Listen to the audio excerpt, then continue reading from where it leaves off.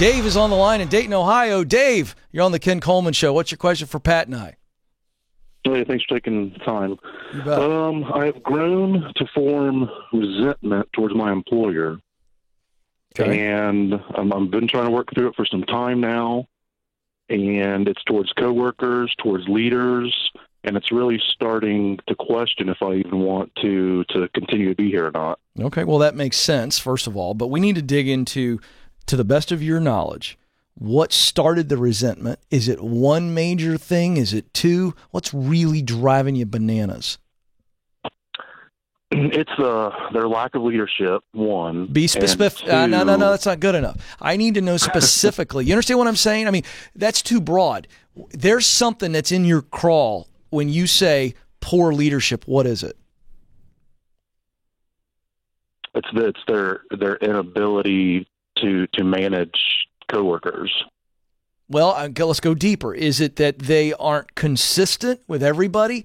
Is it that they aren't, they're saying one thing, this is the way we do business, and they're letting people do it in a shoddy way, and so there's no consequences? I mean, be specific.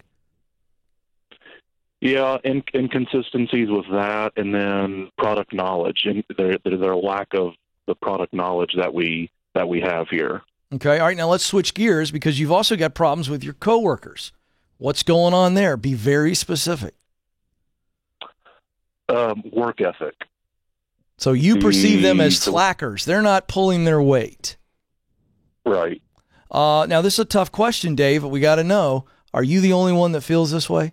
Are you the leader of a pack of people who feel this way? What's going on with that? I wouldn't say I'm a leader of a pack. I feel there are multiple coworkers that do feel the same way. Okay. I do. Right. Let me ask you and this. I don't expect people to have the same work ethic as I do, but I expect them to be better than I what agree. they are. And you also expect leadership to fix the situation because that's why, in your mind, partly they're there. So I get that.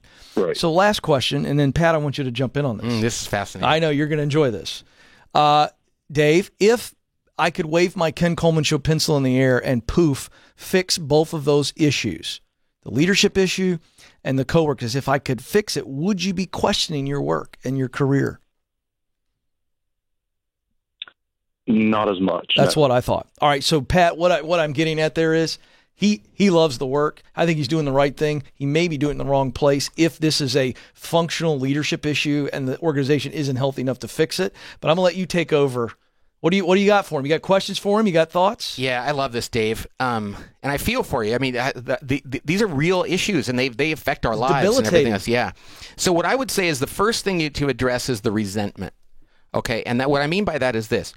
If you come to terms with the fact that maybe leaving is the right thing, just come to terms with that. Sometimes that resentment comes about like, these people are making it impossible and they're going to make me have to leave. And it's like, no, just go to yourself like, maybe that's the right call.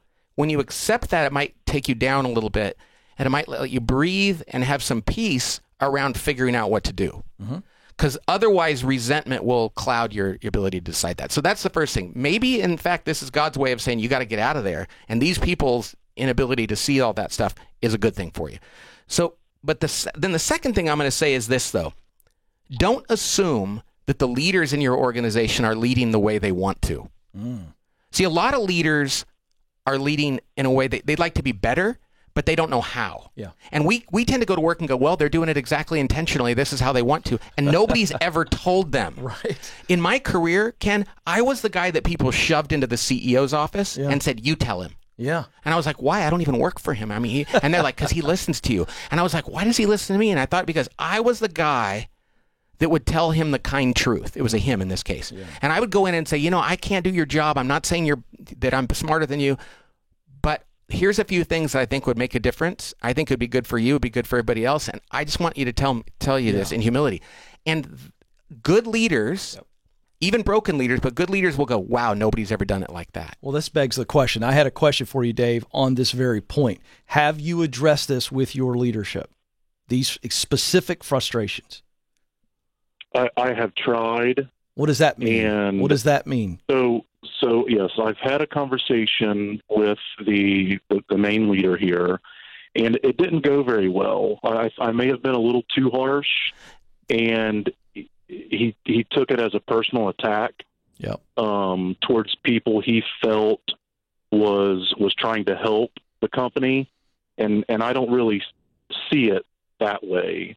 But he sees it that way, and your perception is that that's how it ended correctly. Is that what I'm saying? Is that what I'm hearing, rather? Right. Yeah. Right. He felt I was attacking people he feels are trying to help the company, where that could be further from the truth, in my opinion, along with other coworkers' opinions as well. All right, so Pat, this is a sticky situation because whether he did it right, did it wrong, we are sitting here now in a reality where the leader is defensive, took it personal, and not only that, took it personal on behalf of these coworkers that Dave has a problem with. So we're in a sticky situation here about should I stay or should I go? So what I would say to Dave is, first of all, don't beat yourself up because you're frustrated, so you went in there. But I would say that if I were to give you advice, I'd say go in there right now and be so humble and go in and say, I think I communicated this poorly before. Right. That's right. And my intent, I always love this, anticipate people's objections. Mm-hmm. My intent is just to help the company. And so what I did before probably didn't come across well. And if I were you, I'd have received it the same way. Now they're like, whoa. So let me tell you what I was really trying to get at. And I hope you can forgive me and hear me in the right way. And I know, Dave, that's going to feel really like, wow, that's really humbling. That's difficult. And yet that's the thing that disarms people because they're going to go, okay, I'll listen to you here. And then it'll give you a chance to say, this is really what I'm saying, and this is where I'm coming from, and I don't think this, but I do think this, and I'd like to be part of the solution. Yeah. And if you do that really humbly, Dave, and they still don't want to listen, then it's like... It's time to start packing up. Yeah. You don't need to bang your head on a wall and bleed to death. Yeah, good stuff. But you give it a shot. And then you can leave there and shake the dust off your feet and go to the next place. I completely agree. Great stuff. Boy, are you having fun? Oh, I love this. This is fun. Yeah. Like, this is fun. Never done this with anybody else like this. This is great. And I just want to sit here and go, God help Dave do this. Yeah. Break through, melt their hearts. But by the way, what advice, we're just going to pack this up. 30 more seconds. With Pat's advice, what we've heard is a way to go in and get true closure on this. Right. He didn't handle it. He admitted that. Maybe not the best way, but his intentions were good. But we're dealing with people here. We got to remember this. Leaders are people too, with feelings, the way you come at something. So he's got to give this one more shot. And if he does it the right way and the can is still kicked down the road, there's your sign. And when you if you do make a mistake and you go back and do it well, it's actually more powerful than if you've never made the mistake. It's like when a waitress makes a mistake or a waiter at a restaurant and they recover well, you like them more. So if you go in and be humble to your manager, they're going to go, this guy's amazing. He humbled himself. Whereas if you'd done it perfect the first time, it might not even notice. So maybe that's a blessing. Yeah.